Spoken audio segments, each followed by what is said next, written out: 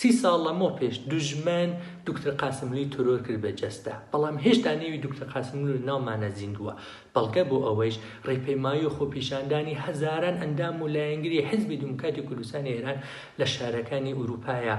کە دیسان بە بژی قاسملوو ئەوەیان بە دوشمن گەیان کە دکتۆر قاسملوو هێشتا نێوی لە ناومانە زیندووە و هێشتا واز ناهێنین تا ئەوەی کە وڵاتانی ئوروپایی کوماری ئیسلامی سەبارەت بۆ ترۆرە محکوم بکەن.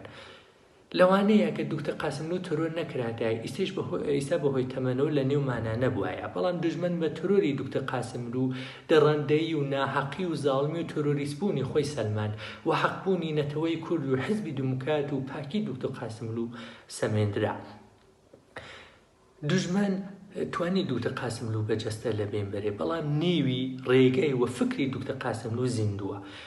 هەل لەو کاتێشەوە دژمن هەوڵیەداکە بە شێوەهایك لە ڕێگەهایکەوە خەڵک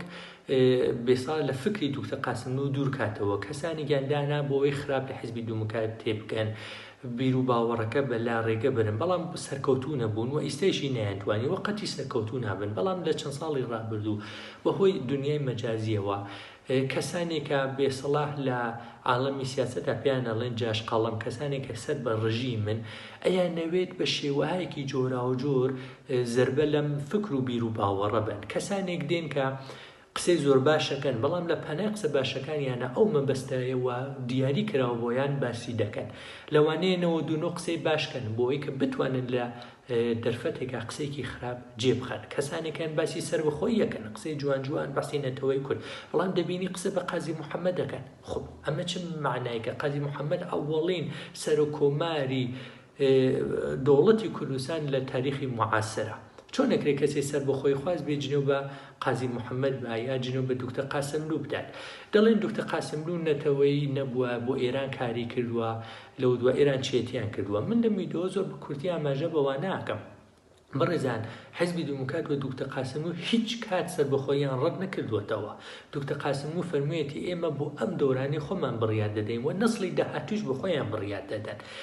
بە پێم مەسائلی سیاسی و ئەو کاتی ئێران دکتۆر قاسملوو بەحسیەوەیە کە دموکراسی بۆ ئێران و خود مختاری بۆ کوردستان و ئیسا و بەحسی خود مختاریەکە حیزبی دیموکرات کردوێتی بە سیاسەتی فدرالیسم. واقعیەتەوەیە کە زۆربەی خەڵکی ئێران فریوی خۆمینیان خواردبوو، حتا بەشێ لە چەپەکانیش فریوی خۆمینیان خواردبوو. مەرحەلە بە مەرحەلە دوایی هەمویانی سەرکوب کرد. لەو کاتەدا حیزبی دیموکرات و دکتۆر قاسملوو ئەیوت ئێمەش ئێرانین، هەم بۆ پەیامە هەم بە ئۆپۆزیسیۆنی بە هەم بە خەڵکی ئێران. یەک مەسەلە زۆر گرینگە لە سیاسەتە، تەنها وتوێژ لەگەڵ دەوڵەت یا ئۆپۆزیسیۆن گرنگ نییە، دیپلۆماسی عمومی زۆر گرینگە. دکتۆر قاسملوو هەمیشە بدوایەوە بوو کە پەیامێک بە خەڵکی ئێران بدە کە لێمان مەترسن، ئێمە دژمنی ئێوە نین. چۆن سوپای پاسداران کەسانێکیان کە ئەکوژرا خۆی سەری سەربازەکانی جیاکرەوە بۆ بڵێ حیزبی دیموکرات سەرە بڕێ بیان ترسێنێ خەڵکی ئێران. بەڵام دکتۆر قاسملوو بە پەیامێکی ئێمەش ئێرانین، مافمانەوەیە، حتا ئەیوت ئەسیرەکان ئازادکەن. فیلم هەیە لەو شتانە بۆ ئەوە بوو کە ئەو ترسە ئەو شتەوە دژمن خستوێتی لە ناو کۆمەڵگای ئێرانی داوە هەر هێز کۆکاتەوە بیانێرە بۆ کوردستانەوە شکست بێنێ. دکتۆر قاسملوو لە دیپلۆماسی عمومیدا زۆر زیرەک بوو. خۆب زۆر تەبیعیە دێت دەڵێ منیش ئێرانیم، بۆ تەرەفی مقابڵێت نەترسێت، دەڵێ خۆ باشە منیش ئێرانی، پس کاتێ هاوڵاتی منیش مافی بەرابرم دەوێ، حقوقی بەرابرم دەوێ. یعنی ئەوەیە کە دکتۆر قاسملوو دەڵێ منیش ئێرانیم، بەحسەکە سەری ئەوەیە کە بەحسێکی حقوقیە لە ئەسڵا، دەیەوێت لە بواری حقوقیدا ئەو تەرەفی مقابل قاناکا کە بەڵێ منیش مافی یەکسانیم لە تۆ دەوێ. ئەمە شتێکی واقعیەتە بەڕێزان. سەر بەخۆی مافی هەچی نەتەوەی لە جیهانە مافی کوردیشە، بەڵام لە عاڵەمی سیاسەتە حەق هەموو شتەی یەکلا ناکاتەوە، بەڵکو هێزە یەکلاکەرەوەیە. ئێمە دیمان لە بێسڵام مەنتەقەی کاتۆلۆنیا سن و قڕێیەکان بەرشەقدرا باقی وڵاتانی ئوروپای تقریبان سکوتیان کرد. زۆر وڵاتمانەیە لەسەر نەخشە سەربەخۆیە، بەڵام چه سیاسەتی دەرەوەی، سیاسەتی نێوخۆی و سیاسەتی ئابوووریەکەشی وابەستە بە وڵاتانی دراوسێ و زلهێزەکانە. هەچی هێزت زیاتر بێ سەربەخۆی زیاترە. لە دنیای ئمڕۆ تەنها 5 عوزوی دایمی شۆرەیان نێتە توانین بڵێن سەربەخۆیەکی کامڵیان هەیە، باقی وڵاتان تابعیکن. بۆی حیزبی دیموکرات ڕێزی بۆ هەموو ئەو کەسانە هەیە باسی سەر بۆ خۆیەکەن هەموو ئەو حیزبانێش بەڵام ئێمە پێمان وایە بۆ ئەم شەرایەتە مەزان فێدرالیزم کاتی خۆشی دوکتە قاسملوو فەرموو خودمختاری بەڵام سەر بخۆی قەت ڕەت نەکراوەتەوە چون ئەوە مافی نەتەوەی کوردە هەموو نەتەوەی مافی هەیە ڕێگەی خۆی دیاری بکە باسم دەڵێ موانێ باسی سەر بەخۆیەکەن جێگەی ڕێزن بەڵام کەسانێک دێن بە ناوی سەر بەخۆی و دژایەتی حیزبی دموکرات و قازی محەممەد و دوکتە قاسملووەکەن ئەوانە جێگەی گومانە لە مەسلەی کا دێن زەقیەکەنەوە وەڵێن دوکتە قاسملوو لە بەیکی بە خومێنی وتووە لە حاڵێکە هەمچین شتێک نییە لە سیاسەتا زۆر گرنگە چه وشەیەک بەکارەبەی لەکوێ یەک وشە ئەملا ئەولاد توانێت تاسیر کاتە سەر بەحسەکە دوکتەر قاسملوو کوتوێتی من بە پەیغامێ خومێنی لە بەیکەڵم نە بە خومێنی ئەمە فەرقی چییە وەختی تۆ بڵێ بە خومێنی لە بەیکەڵم یانی بە حەجی قسە و ڕەفتار و گفتاری خومێنی لە بەی کردووە تەئیدت کردووە بەڵام بە یەک قسەیکە لە بەیک بڵێ یانی خودی ئەو قسە خب ئەوڵە خومێنی کەسایەتێکی ئاینی بوو عەرزم کرد لە ئێرانە زۆربەی خەڵک فریویان خواردەبوو خب دوکتە قاسملوو بە ئەدەبیاتێک وەڵامی داوەتەوە کە لایەنگرانی خومێنی تحتی تەئسیری قەرار بە ئەوە یەک دوو من بە خومێنی لە بیکینەوەتەوە ئەو پەیامەکەی چییە دوای شەڕی سێ مانگە کۆماری ئیسلامی شکستی خوارد لە کوردستان هێزەکانی سپاوارچە شکستیان خوارد بەدەست هێزی پێشمەرگەوە خومێنی پەیامێکی ناروتی سڵح و ئاشتی کەین پەیامی سڵح و ئاشتی بوو لە ڕێگەی گفتوگۆ چاریسەریکەن خۆ ناکرێت دوکتە قاسملوو حیزبی دموکرات بڵێ نەخێ ئێمە هەر شەڕەکەین نەخێت تۆ درۆکەی چون ئەگەر وای بکرێ جامێ جانیەوت کاکە ئێوە هەر بە دوای تونند و تیژین ئێوە تاوانبارن دەوڵەتە ڕێوەرە مزاکرەکەن ئێوە نایەن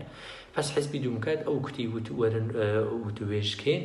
دوکتە قاسملووتی بڵێ پەیامەکەت قبول دەکەم بەڵام دوکتە قاسملوو سادە نەبوو کەسانی وا بیر نەکەنەوە کە دوکتە قاسملوو سادەی کردووە خومێنی لەو کاتا لەو دەرفەتە بۆ کۆکردنەوەی هێزی سپادەی کردووە حیزبی دموکرات ئەوە سادەگی کردووە نەخێر حیزبی دموکراتی لەو دەرفەتە کەڵکی وەرگرت کە هێزەکانی کۆکاتەوە لەو کاتەدا تەواوی مەقڕەکانی حیزبی دموکرات پڕ بوو لە جوانای کاتبوون ئاموزش ببین و ئەبوون بە پێشمەرگە ئەوە یەک بۆیە ئەوەی کە ئەڵێن دوکتە قاسملوو لە بێکی بە خومێنی وتووە درۆیە زۆر جیاوازە لە نێوان ئەوەی کە پەیامی کەسێک تەئیدکە یا خودی ئەو کەسە ئەمە لە بواری سیاسیە مەسەلەیەکی تر دێن دەڵێن دوکتە قاسملوو لەگەڵ مجاهدین پەیوەندی بۆ مجاهدین لە قەتڵ و کوشتاری باشووری کوردستانە دەستیان بووە دوکتە قاسملوو لەگەڵ دوژمنی کورد بووە بەڕێزانە شتانە هەمووی لە بواری زەمانیدا درۆیەوە ئەم کەسانە دەیانەوێ عەرزم کرد قسەی باشەکەن لە پانایە بۆ ئەم قسە درۆوانە جێبخەن مجاهدین تقریبا چەند ساڵ دوای انقلاب لەگەڵ کۆماری ئیسلامی بوو بە شەڕی لە حاڵێکە حیزبی دموکرات هەر لە ئەوڵ و مشکڵی بوو مجاهدین چەند ساڵی ئاخری شەڕی ئێران و عێراق هێزی سەربازیەکەی چووە عێراق و مستەقر بوون بەڵام حیزبی دموکرات هەر لە ساڵی 57ەوە هێزی پێشمەرگەی بوو یەک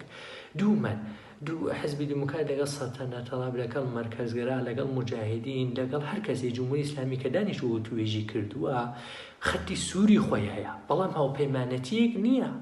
بەڵێ لەگەڵ ئۆپۆزیسیۆن ئێرانی حازری قسە بکەین بۆ جمهوری ئیسلامی بڕوخێ بەڵام حیزبی دموکرات هیچ بەڵگەی کەروا ئیمزا ناکە خەتی سووری هەیە خەتی سووری حیزبی دموکرات مەسەلەی نەتەوایەتیە مەسەلەی دموکراسیەوە مافی تا کەسی ئەمانە خەتی سوورن ئەگەر ئەم خەتە سوورانە نەبواتای جمهوری ئیسلامی ئەم هەموو ڕێبەرەی تۆرۆ ناکرد بۆ بێسڵا دوکتە قاسملووی تۆرۆ کرد بۆ دوکتە شەرەفکەندی تۆرۆ کرد بۆ خەتی سوورمان بوو خۆ بەگەرم خەتە سوورانە نەبووایە دژمن لازمی ناکرد تۆرۆریانکە ئەم خەتە سوورانە بوو بۆیە دژمن تۆرۆری کرد دوکتە قاسملوو کەسێکی نەتەوایەتی بوو هەنگاوی هەڵەکرد هەروەش لە ئەوڵی قسەکان ماوەتم وتوێتی ئەمە بۆ ئیستا قساکەین نە بۆ نەسڵی داهاتوو نەسڵی داهاتوو بڕیارەدا زۆر کەس لە دوکتە قاسملوو تێنەگەیشتن حتا ئەوایلی 40 ساڵەمەوە پێش کە ئەوایلی دوای شۆڕەشەکە بوو هەندێک لە چەپەکان شعاری مەرگبەر سازشکاریانەدا هەندێک لە ئیسلامیەکانیش کڵاوچوو بۆ سەریان خومێنی بێسڵا پشتی قورعانی ئیمزا کردبوو فریویانیدا لە حاڵێکە ئەگەر هەموو بە قسەی دوکتە قاسملوویان کردایە هەنگاوی دروستی سیاسیان هەڵبێنایە ئەو شکستەمان توش نابوو ئەمە واقعیەتێکە سیاست بێحساسات ناکرێت دوکتە قاسملوو هیچ چیشی بۆ خۆی ناویست 50 ساڵەمەوە بەرحەتا لە تارانە کەسی دیپلۆمی بووە بە کەسێکی باسەوادە ناسراو ژیانی خۆشی بوو دوکتە قاسملوو 50 ساڵەمەوە بەر ئوستادی دانشگا بووە هیتوانی لە خیابانەکانی پاریس بۆ خۆی پیاسە کات و بە خۆشی بگەڕێ بەڵام دوکتە قاسملوو هاتەوە بۆ قەندیل هاتەوە بۆ ناو پێشمەرگە هیچی بۆ خۆی نەویست هەرچی بوو بۆ نەتەوەی کورد بوو هیوادارم بتوانی بە زووی لە تەواوی شارەکانی کوردستانە ئاڵای کوردستان ئاڵای حیزبی دموکرات و وێنەی دوکتە قاسملوو بەرزکەینەوە بژی کورد و کوردستان سەرکەوتوو